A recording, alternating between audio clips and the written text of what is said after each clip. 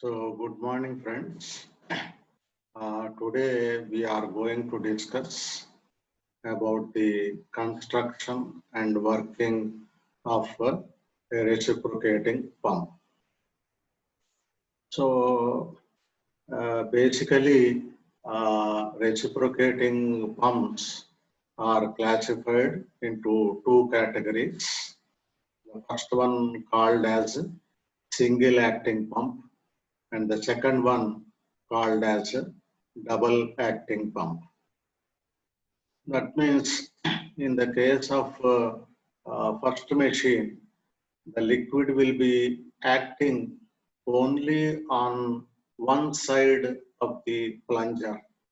So therefore, the it is called as a single acting pump, and the plunger is directly connected to the connecting rod mechanism. And similarly, in the case of second machine, the liquid will be acting on both the sides of the piston. So therefore, it is called as double acting reciprocating pump. So a heavy element is used for a single acting pump, that is referred to as a plunger.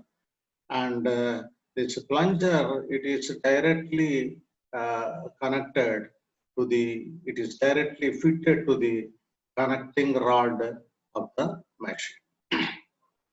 And on the other hand, a light element is arranged inside the double acting reciprocating pump, that is called as a piston, and this piston is fitted to the piston rod. Ultimately, it is connected to the connecting rod mechanism of the reciprocating pump. So pumps are classified into two categories. If liquid is acting on one side of the plunger, it is called as a single acting reciprocating pump. And if the liquid is acting on both the sides of the piston, it is referred to as a double acting reciprocating pump. And finally, plungers, heavy elements. Plungers are heavy elements. They are used for operating single acting pumps. And pistons are small elements and they are suitable for operating the double acting reciprocating pumps.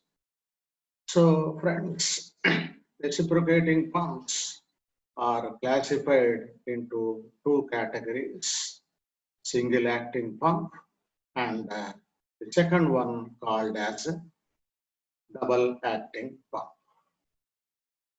Now, this reciprocating pumps, it is capable of raising the energy of a liquid to a higher extent. So if the liquid is getting more energy, it will be in a position to raise to a greater height. So therefore, reciprocating pumps are suitable for high heads. That means these pumps are suitable for lifting water to a greater height when compared to other machines or other pumps. And at the same time, this pump is not capable, comparatively, it is not capable of handling more quantities of water. So it will be raising the liquid to a greater height, but at the same time, it will not be in a position to handle more quantity of water. So therefore, these machines are suitable only for low discharges.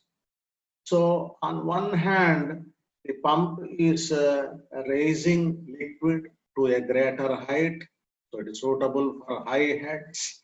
At the same time, it is not in a position to handle more quantity of water. So therefore, it is suitable only for low discharges. So how much quantity is handled by the pump and how much energy is given by the pump? So they are the deciding factors. So these reciprocating pumps, they are used as a whole. These reciprocating pumps are used for high heads and low discharges. So it's giving more energy and it is raising water to a greater height. So it can be used, it is used for high heads. And it is not in a position to handle more quantity of water. So it is suitable only for low discharges. So these two factors put together, so it is called as a high head pump. And finally, it is also referred to as a low discharge machine. So as a whole, reciprocating pumps are suitable for high heads and low discharges.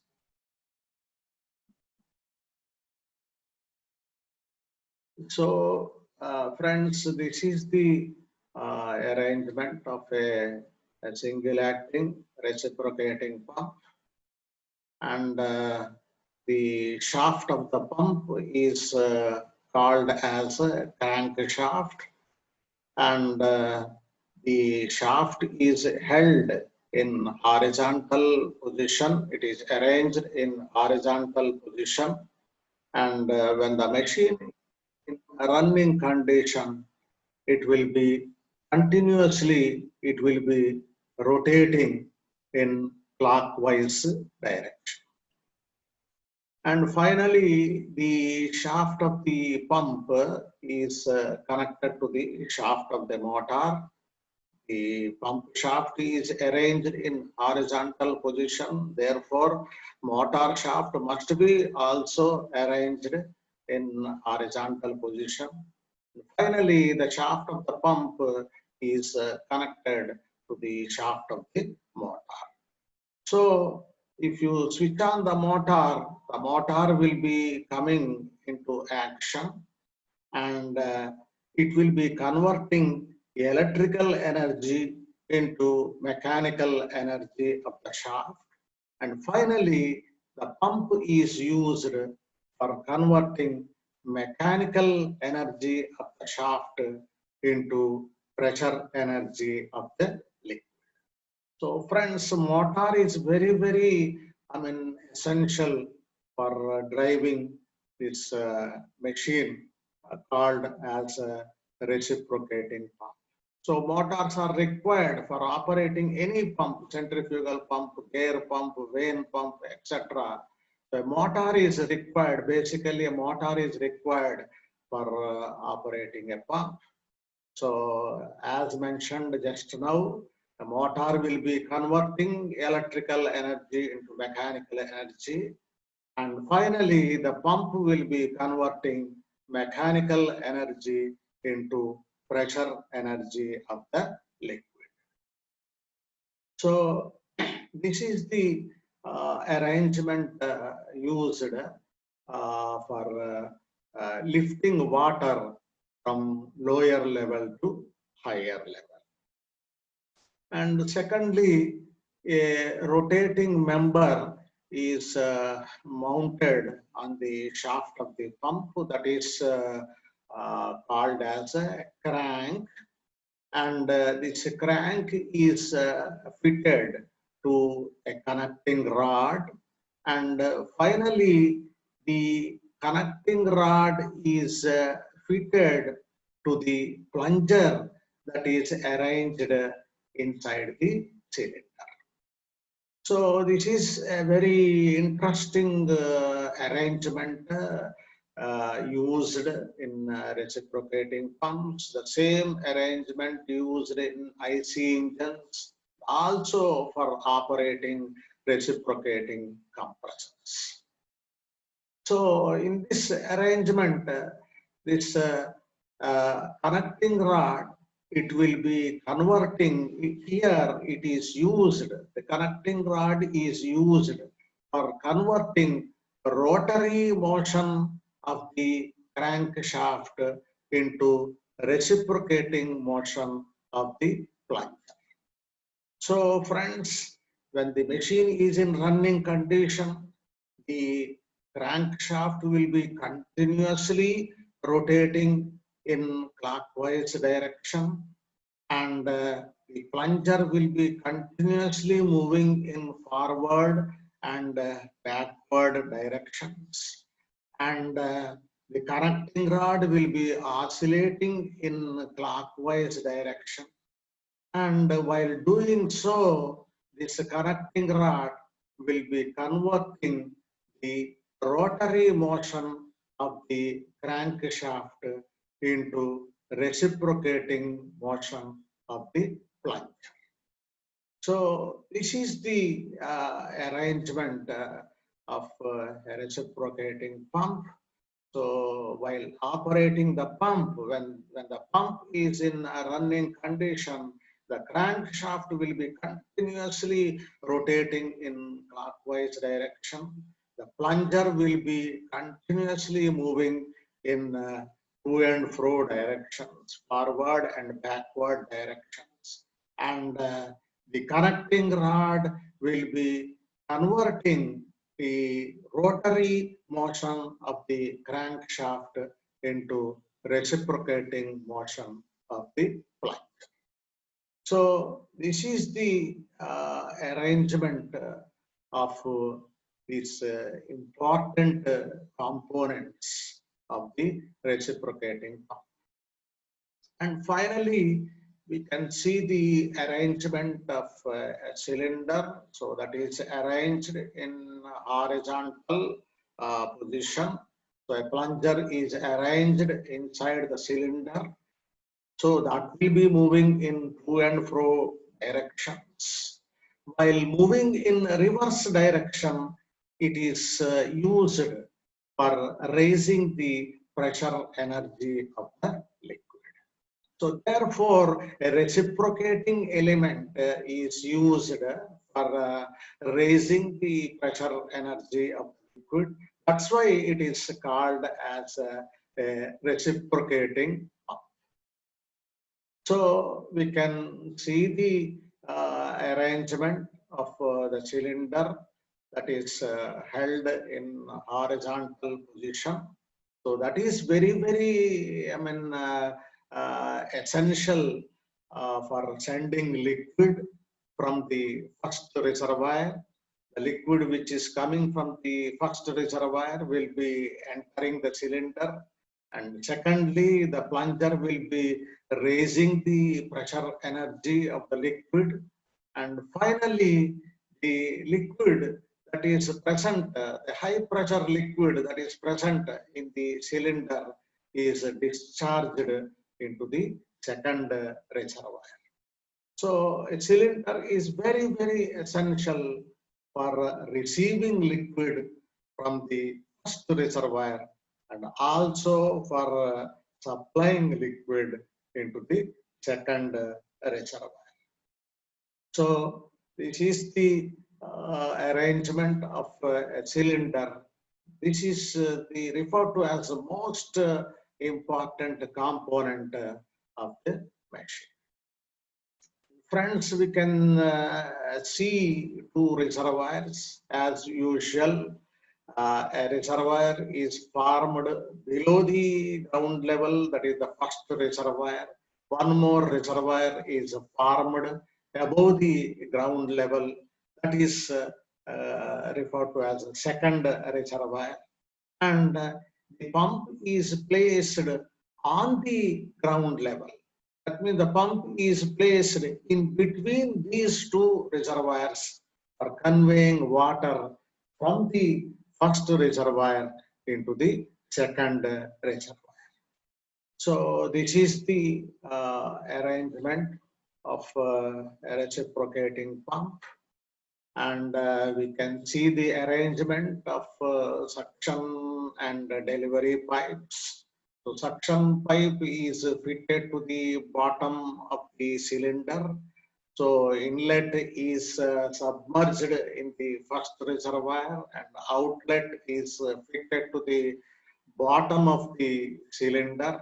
So therefore, this suction pipe is used for conveying water from the first reservoir into the cylinder of the machine.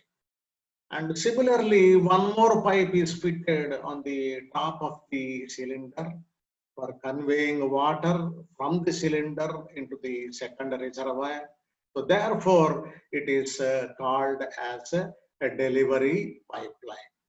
So inlet of the pipeline is fitted to the top of the cylinder, and outlet of the pipeline is submerged in the second reservoir. So therefore, obviously delivery pipe is used for conveying high pressure water from the cylinder into the second reservoir. And finally, we can see the arrangement of suction and delivery valves. A valve is fitted to the suction pipeline for controlling low pressure liquid that is entering the cylinder. That's called a suction valve. One more valve is fitted to the delivery pipeline for controlling high pressure liquid coming out of the cylinder. So it is called as a delivery valve.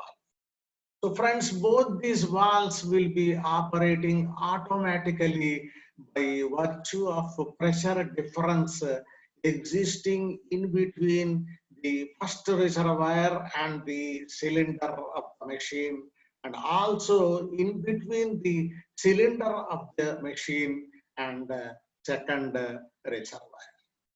So no effort is required for operating these valves. The valves keep on coming to open and closed positions depending upon the pressure difference existing between the cylinder and both the reservoirs.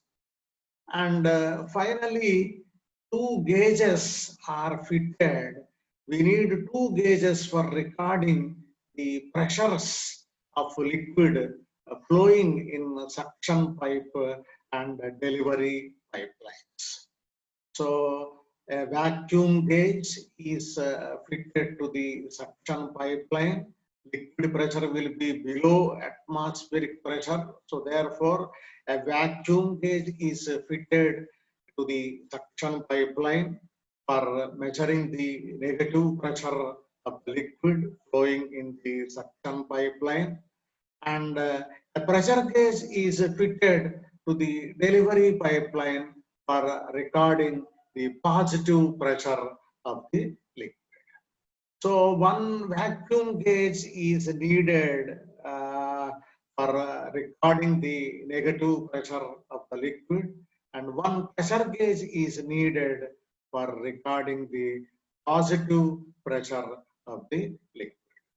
So in any case, vacuum gauges are fitted to the suction pipelines, and pressure gauges are fitted to the delivery pipelines. So these are the, items very essential for operating the reciprocating pump. Now, coming to the working of the machine, it is divided into two, parts, or the working of the machine is divided into two components. The first one called as a forward stroke of the plunger, and second operation that's referred to as a return stroke of the plunger. Now, during the forward stroke of the plunger, vacuum is developed in the left hand side of the cylinder. This vacuum pressure is less than the atmospheric pressure present in the first reservoir. Therefore, the suction valve opens automatically and liquid present in the first reservoir will be entering the cylinder. And during this period, the delivery valve remains automatically by virtue of pressure difference.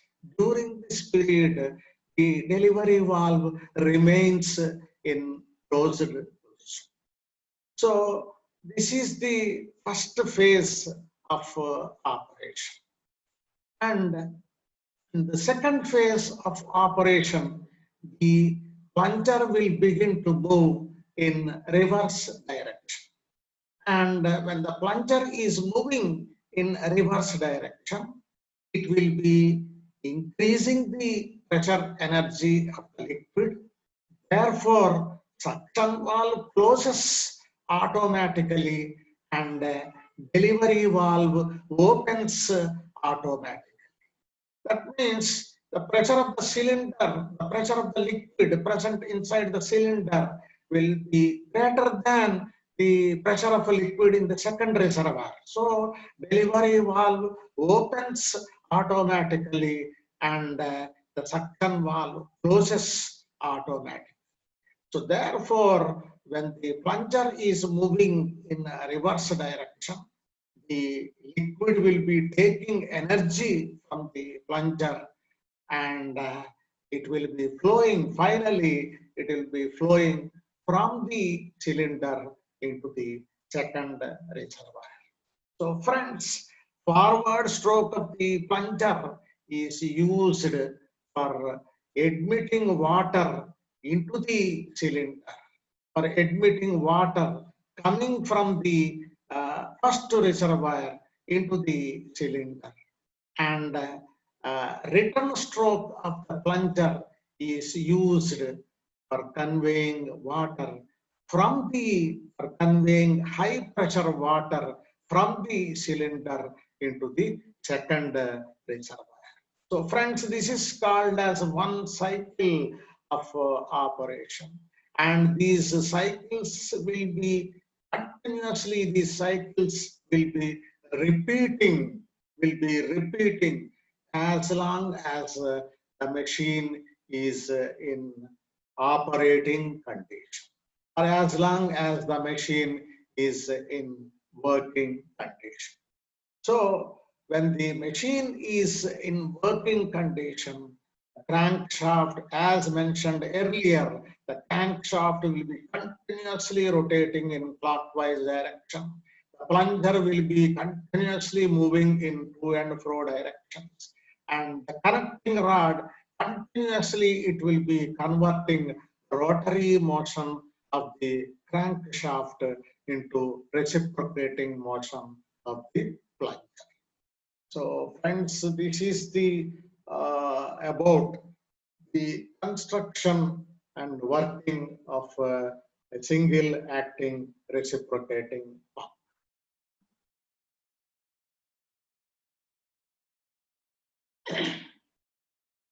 So we can see the arrangement of a double acting reciprocating pump. So as the name itself implies, liquid will be acting on both the sides of the piston. So therefore, it is referred to as a double acting reciprocating pump. So therefore, two suction pipes, two delivery pipes, two suction valves, and two delivery valves are very, very essential for operating this particular machine. And finally, the piston is fitted to the piston rod, and the piston rod is ultimately fitted to the connecting rod mechanism of this machine. So, sets of pipelines and valves are essential for operating the machine. The first suction pipe placed on the left hand side of the piston, second suction pipe coming on the right hand side of the piston, first delivery valve coming on the left hand side of the piston, the second delivery valve coming on the right hand side of the piston. Similarly, first suction valve for controlling water in the first suction pipeline, second suction valve for controlling water in the second suction pipeline, first delivery valve for controlling water in the first delivery pipeline, and second delivery valve for controlling water in the second delivery pipeline. So friends, S1 and S2 are used for indicating first and second suction valves. D1 and D2 used for indicating first and second delivery valves of this machine. And coming to the working of the machine, again it is divided into two components: forward stroke of the piston and the return stroke of the piston. So during the forward stroke of the piston, vacuum will be developed on the left hand side of the cylinder. So therefore, S1 will be automatically, S1 will be coming to open position. And similarly, during this period, the piston will be raising the pressure of the liquid that is already present in the right hand side of the cylinder. So therefore, second delivery valve will be coming to open position. So friends, when the piston is moving in forward direction, liquid will be entering from the left hand side of the cylinder, and liquid will be leaving from the right hand side of the cylinder. So when the piston is moving in forward direction, or during the forward stroke of the piston, S1 and D2 automatically, by virtue of pressure difference, S1 and D2 will be coming to open position, and S2 and D1 will remain in closed position during the forward stroke of the piston. And in the second phase of operation, the piston will begin to move in reverse direction. That is called as a return stroke of the piston.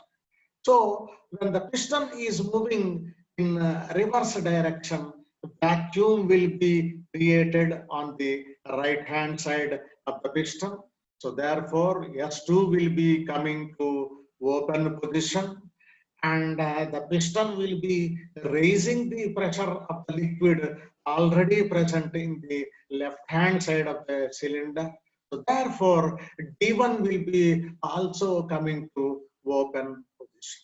So friends, during the return stroke of the piston, S2 and D1 will be coming to open position, and automatically S1 and D2 will remain in closed position. So valve positions are very important for controlling the operations of both the machines. So in the case of a single acting machine, suction valve will be in open position during the forward stroke of the piston, and only delivery valve will be in open position during the return stroke of the piston. Whereas in this case, in the case of a double acting machine, during the forward stroke of the piston, S1 and D2 will remain in open position, other valves will remain in closed position. And similarly, during the return stroke of the piston, S2 and D1 will remain in open position and other valves will remain in closed position. So friends, automatically all these operations will be taking place automatically, and automatically the walls will be coming to open and closed positions depending upon the requirements. So if you switch on the motor, the entire operation will be taking place automatically during the operation of the machines. So friends, this is the difference between single acting machines. So we have seen the arrangement of a single acting machine, and also in this slide we are seeing the arrangement of double acting machine. So friends, reciprocating pumps, basically they are classified into two categories, namely single acting and double acting machines. So if liquid is acting only on one side of the machine, it's called as a single acting pump.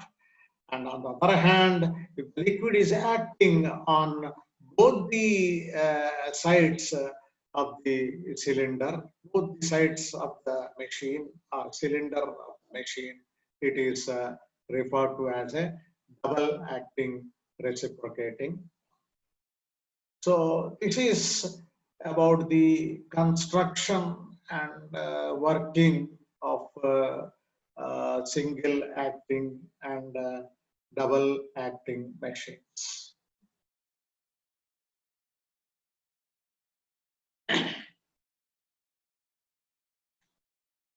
So friends, we can here in this figure, we can see the arrangement of air vessels. So one air vessel is fitted to the suction pipe, that is called as a suction air vessel, and one more air vessel is fitted to the delivery pipeline, that is called as a delivery air vessel. So basically these air vessels, they are used for controlling the effect of cavitation, also used for controlling the effect of water hammer. Ultimately, they are used for reducing the input of the machine, and finally, they are used for increasing the efficiency of reciprocating pumps. So, friends, the pump which is using air vessels, the pump which is using air vessels will be having, or in other words, the efficiency of the pump using the air vessel will be almost double the efficiency of the pump which is not using the air vessel. So one air vessel fitted to the suction pipeline, that is called as suction air vessel. One more air vessel fitted to the delivery pipeline, so that is called as a delivery air vessel. So we can see these chambers fitted to the both the pipelines. The upper portion of the air vessel is filled with compressed air, and the lower portion of the vessel is used for accommodating certain quantity of water. So the arrangement of air vessels is very, very essential as a whole for reducing the problems of water hammer and cavitation. And also at the same time, these air vessels are very essential for improving the efficiency of the machine. Now, during the forward stroke of the piston, if the velocity of the piston is greater than the velocity of liquid, then water will be flowing from the air vessel to control the effect of cavitation. Similarly, if the velocity of the piston is less than the velocity of the liquid, water will be flowing into the air vessel for reducing the effect of water hammer. So therefore, this way the suction air vessel, first air vessel is used for controlling cavitation and water hammer during the forward stroke of the piston. And similarly, during the return stroke of the piston, if the velocity of the piston is greater than the velocity of the liquid, then excess liquid will be flowing into the second air vessel for controlling the effect of water hammer. And if piston velocity is less than liquid velocity, water will be flowing from the second air vessel for reducing the effect of cavitation. So friends, two air vessels are needed. So first air vessel for controlling cavitation and water hammer during the forward stroke of the piston, and second air vessel for controlling water hammer and cavitation during the return stroke of the piston. So friends, this arrangement of air vessels very essential. One air vessel for suction pipeline, another air vessel for delivery pipeline. So both these air vessels, they are used for controlling the effects of water hammer and cavitation. So first one used for controlling these effects during the forward stroke of the piston, and second air vessel useful for controlling these effects during the return stroke of the piston. So as a whole, its air vessels are very essential for removing cavitation, for removing water hammer, for preventing cavitation and water hammer, for controlling the input of the machine, and ultimately it is used for increasing the efficiency of the machines.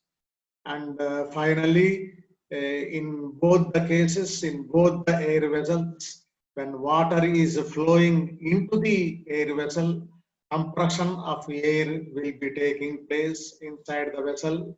And when water is flowing from the air vessel, expansion of air will be taking place inside the chamber. So friends, top portion must be filled with high pressure air, that's called as compressed air.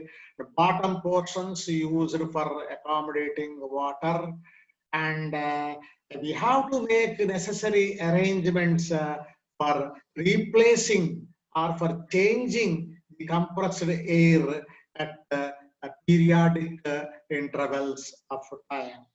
So at periodic intervals of time, the air vessels are supplied with fresh quantity of compressed air for maintaining the efficiencies of these machines. So friends, this is the arrangement of reciprocating pump, fitted with air vessels to the suction and delivery pipelines of the machine.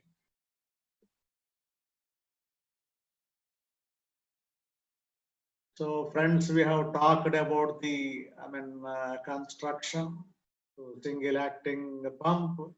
So liquid will be acting on one side of the plunger. The motor pump shaft is connected to the shaft of the motor. Motor will be converting electrical energy into mechanical energy, and the crank is mounted on the crankshaft that is fitted to the connecting rod. Connecting rod fitted to the plunger that is arranged inside the cylinder. It will be converting rotary motion of the crankshaft into reciprocating motion of the plunger. So plunger will be moving in to and fro directions, and it's used for converting mechanical energy into pressure energy of the liquid that is present inside the cylinder. We have talked about the suction and delivery pipelines. Suction pipeline for conveying water from the sump into the cylinder of the pump, and delivery pipeline for conveying water from the pump into the delivery tank. And similarly, suction valve for controlling water that's entering the cylinder, delivery valve for controlling water that's leaving the cylinder, suction gauge for recording a liquid pressure in the suction pipeline, delivery gauge for recording pressure of the liquid present in the delivery pipeline. So all these things we have seen in the previous slides. So friends, this is about the construction and general arrangement of a single acting reciprocating pump. And coming to the working of the machine, when the piston moves in forward direction, vacuum will be developed in the left hand side of the cylinder. So suction valve opens automatically, delivery valve closes automatically. So therefore, water present in the first reservoir will be entering the cylinder of the machine.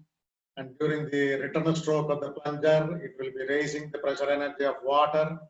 So suction valve will be closing automatically, delivery valve will be opening automatically, again because of pressure difference. So therefore, it is used for discharging.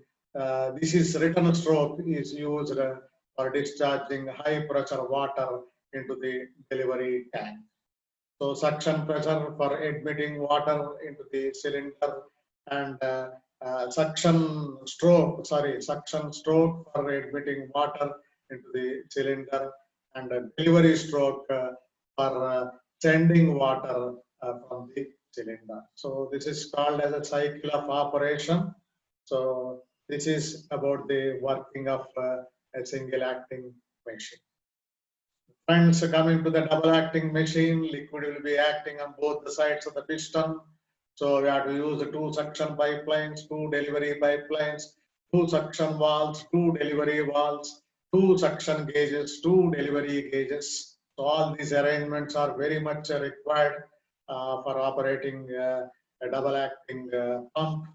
And driving mechanism is one and the same for both the machines. So it has to be fitted to the connecting rod mechanism, ultimately coming in contact with the shaft of the machine. So friends, this is about the construction of a double acting pump. Now coming to the working, it is divided into two phases, forward stroke and backward stroke of the piston. So during the forward stroke of the piston, automatically, S1 and D2 will be coming to open position. S2 and D1 will remain in closed position. So liquid will be entering from the left hand side of the piston, and it will be leaving from the right hand side of the piston. And similarly, during the return stroke of the piston, S2 and D1 will be automatically, S2 and D1 will be coming to open position. S1 and D2 will remain in closed position. So therefore, liquid will be entering from right hand side of the piston and it will be leaving from the left hand side of the piston. So friends, this is about the working of a double acting machine. So now we are coming to the last slide of this lesson. So friends, we can see the, some information about these air vessels, which we have discussed in the third slide. So they are, they are called as vertical chambers. They are arranged in vertical position.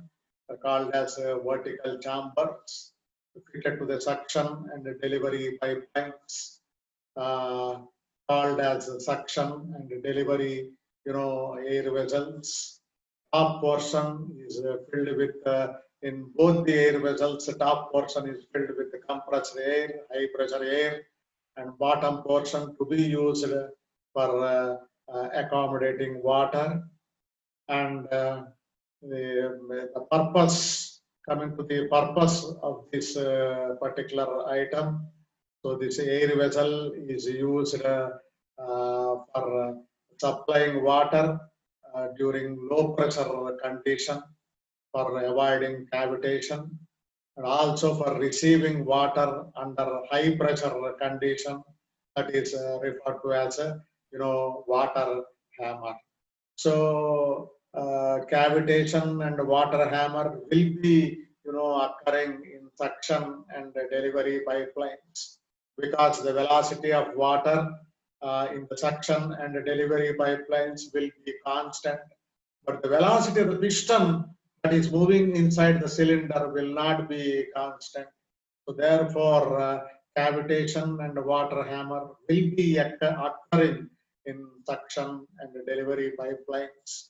So therefore, we have to make use of these air vessels. One air vessel to be fitted to the suction pipeline and another air vessel to be fitted to the delivery pipeline. So friends, this air vessel is very, very important, very, very essential for controlling cavitation in the pipelines, in suction and delivery pipelines, for controlling water hammer in suction and delivery pipelines, for reducing the input of the machine, and finally for improving the overall efficiency, or for improving the efficiency of these machines. So friends, this is the about the arrangement of air vessels. So in this class, we are coming to the end of the session. So in this class, we have discussed about the construction and working of a single acting reciprocating pump. We also discussed about the construction and working of a double acting reciprocating pump. Also, we have seen the arrangement of air vessels, which are very, very essential for improving the efficiency of these machines. So thank you so much for watching this section.